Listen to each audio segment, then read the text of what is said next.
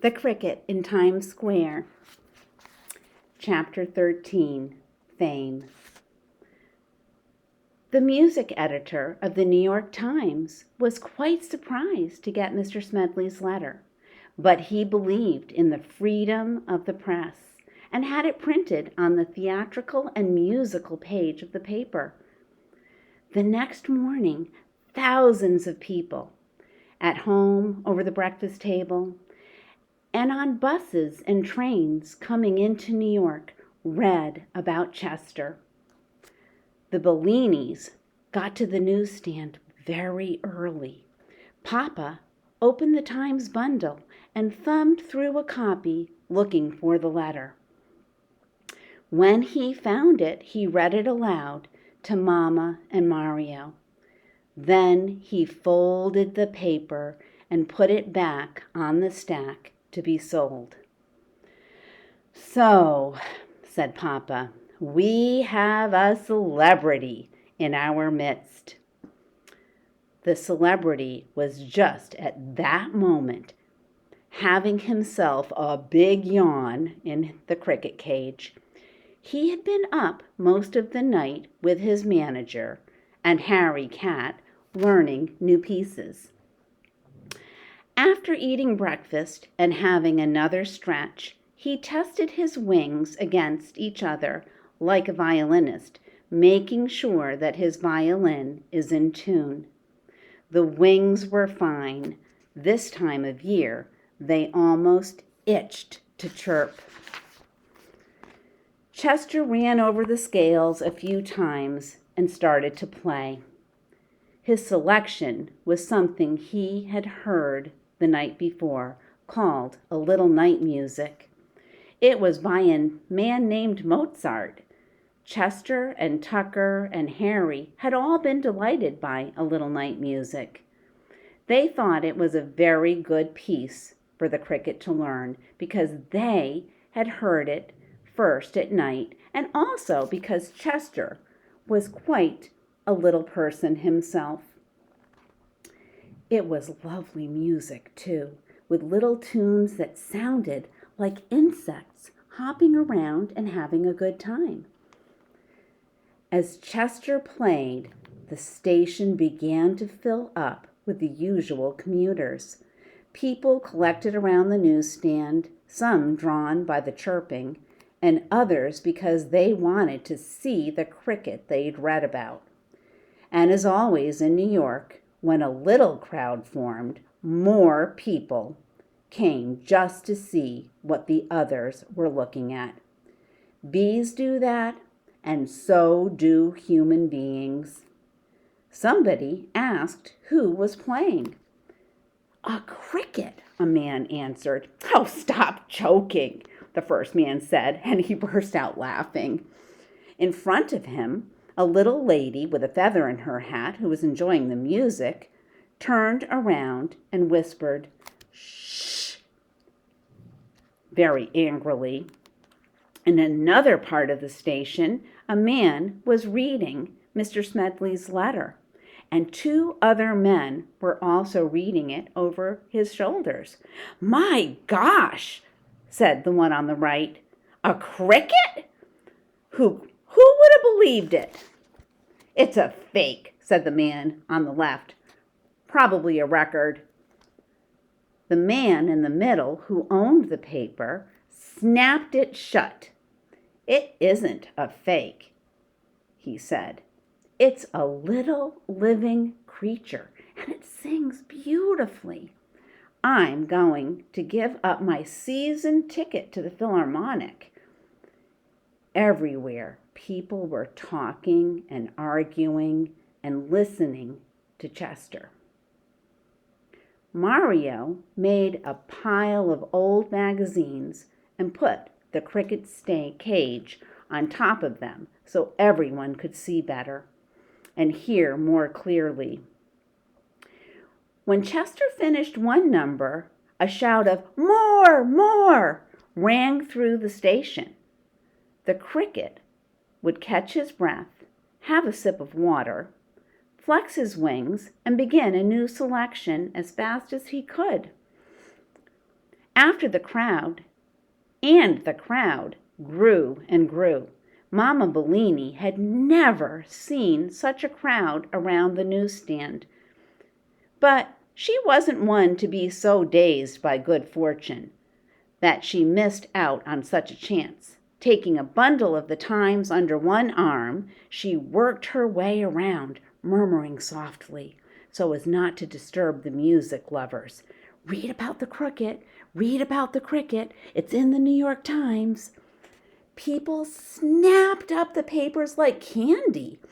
Mama had to keep going back to the newsstand for new loads. And in less than half an hour, the whole stock of the New York Times had been sold. "Don't sit with your eyes shut," Mama whispered to Papa. Papa Bellini was one of those people who enjoy listening to music with their eyes closed. She put a bunch of Musical America into his arms. "Try these. It's a good time now." And here's a picture to look at. Papa sighed, but did as she asked him, and in a little while, all the copies of Musical America were gone too. It is safe to say that there had never been such an interest in music in the Times Square subway station as there was on that morning.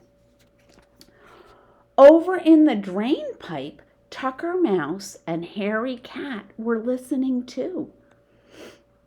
Harry, with his eyes closed, like Papa Bellini, there were so many human beings that they couldn't even see the newsstand, but they could hear Chester chirping away on the other side of all the heads and legs and backs. His clear notes filled the station. "Didn't I tell you?" said Tucker between pieces. "Look at them all. There's a fortune in this. I wish one of us was big enough to pass the hat." But Harry only smiled. He was happy right where he was, just sitting and enjoying the music. And the crowd kept on growing. The first day alone, there were 783 people late to work because they had stopped to listen to Chester. During the next few days, other papers besides the Times began to run articles on the cricket. Even Musical America sent an editor, actually an assistant editor, down to hear a recital. And Chester was news on radio and television. All the announcers were talking about the remarkable insect who was delighting throngs in the Times Square subway station. The Bellinis decided that the best times for Chester to play were early in the morning and late in the afternoon, since that was when the station was the fullest. Concerts began at 8 a.m. and 4:30 p.m. and usually lasted an hour and a half, not including encores. Business boomed at the newsstand. Mama made sure that extra loads of magazines and newspapers were delivered. But even so, by closing time, they had sold out completely. Mama Bellini, by the way, turned out to be the best friend a cricket ever had. At noon, she would rush home and fix Chester some delicacy for lunch, like a midget fruit salad or an entire vegetable dinner, so small you could serve it on a silver dollar. Chester really preferred his mulberry leaves, but he ate everything so as not to hurt her feelings. Cy Fong, who had seen Chester's picture in the paper, kept Mario supplied with leaves. He and the Chinese gentleman dug out 2 collapsible chairs from his attic and came uptown every day at 8 and 4:30 to hear Chester's new programs. Mr. Smedley was there at least once a day, too. He brought a tape recorder and made recordings of all the new pieces Chester learned. And during the intermissions, there was always an intermission of 10 minutes halfway through the concert, he delivered short talks on musical appreciation to the audiences. So by Thursday, Chester Cricket was the most famous musician in New York City. But now here's a strange thing. He wasn't really happy. Not the way he used to be. Look at all those people. Wonder why he wasn't happy. Life didn't seem to have the fun and freedom it had had before. For one thing, although he thought that glory was very nice, Chester found that it made you tired. 2 concerts a day, every day, was an exhausting program. And he wasn't used to playing on a schedule. Back home in the meadow, if the sun felt nice or the moon was full, or if he wanted to have a musical conversation with his friend the lark, he would chirp because the mood was on him.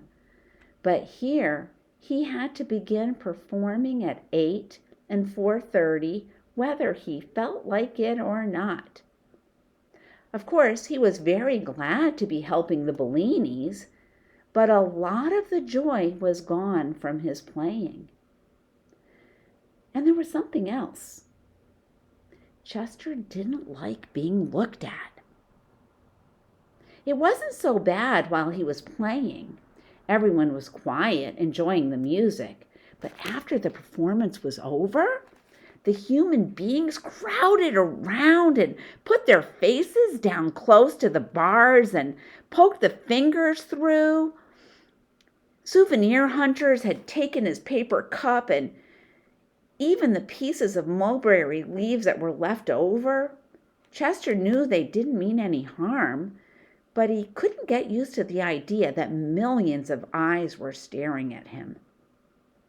It got so bad that when the concerts were over, he took to crawling into the matchbox and pushing up a piece of Kleenex to block the entrance. Then, on Thursday, 3 things happened that upset him very much. The first was September. It was the first day of the new month. Chester happened to glance up at the top of a copy of the Times where the date was. And there he saw it, September 1st. A new month, and a new season too. Autumn was almost upon them. For some reason, the thought of September, with all its changes, made Chester feel very small and lost.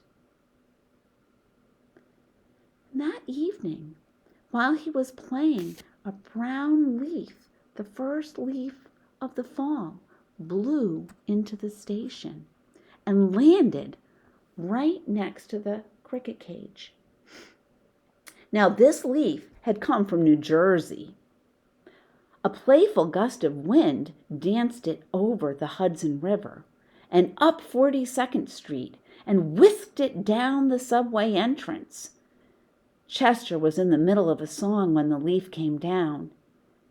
It was such a shock to see this little reminder of all that was happening in the country that for a moment he couldn't continue. But then he realized where he was, and he forced himself to go on. Mario was the only one who noticed the break in the playing. But the worst thing happened after the concert was over. Chester was leaning up against the matchbox when suddenly 2 fingers began to work their way through the bars of the cage toward the silver bell. They weren't Mama's fingers or Papa's or Mario's. Chester knew the hands of the Bellinis. Somebody was going to steal the bell. The cricket chirped in alarm. Just as the man was about to pull it down, Papa turned around, saw what was happening, and shouted, "Hey, what are you doing?" The man disappeared into the crowd. Mama and Mario had been outside selling off the last of the day's papers. They came running back to the newsstand. "What is it?" panted Mama. "A thief," said Papa. "Is my cricket all right?" asked Mario anxiously. "Yes," said Papa. "He's in the matchbox." Mario picked up the box and looked in. There was Chester piling a Kleenex against the opening. "You can come out now," the boy said. "It's safe." But Chester wouldn't come out. Mario had noticed that the cricket took it to hiding after each recital, and it worried him. Mama Bellini was convinced that the man was a kidnapper, or rather a cricket napper, not just a thief. But Papa told them how he had been going straight for the bell. "That bell belongs to my cricket," said Mario. "Mr. Fong gave it to him." He unfastened the bell and put it way back in the cash register drawer, next to Mama's earring, so it wouldn't tempt anyone else. Chester was still hiding in the matchbox. Mario gently pulled the Kleenex away and whispered, "Please come out." Chester stirred and chirped, but stayed where he was. "What's the matter with him?" said Papa. "I think he may be sick," said Mario. He coaxed Chester with a mulberry leaf. The cricket poked his head out of the matchbox. When he saw that the crowd had broken up, he jumped into the palm of Mario's hand. "You should take him to a bug doctor," said Mama. "What do you call them?" "Entomologists," said Mario, holding the leaf for Chester to nibble. "Take him to an entolalamist," said Mama. "He might just be tired," said Papa. "We could give him a rest for a few days." Chester had eaten as much of the leaf as he wanted. He gave a short chirp for "thank you" and jumped back to the box. "He isn't happy anymore," said Mario. "How do you know?" said Mama.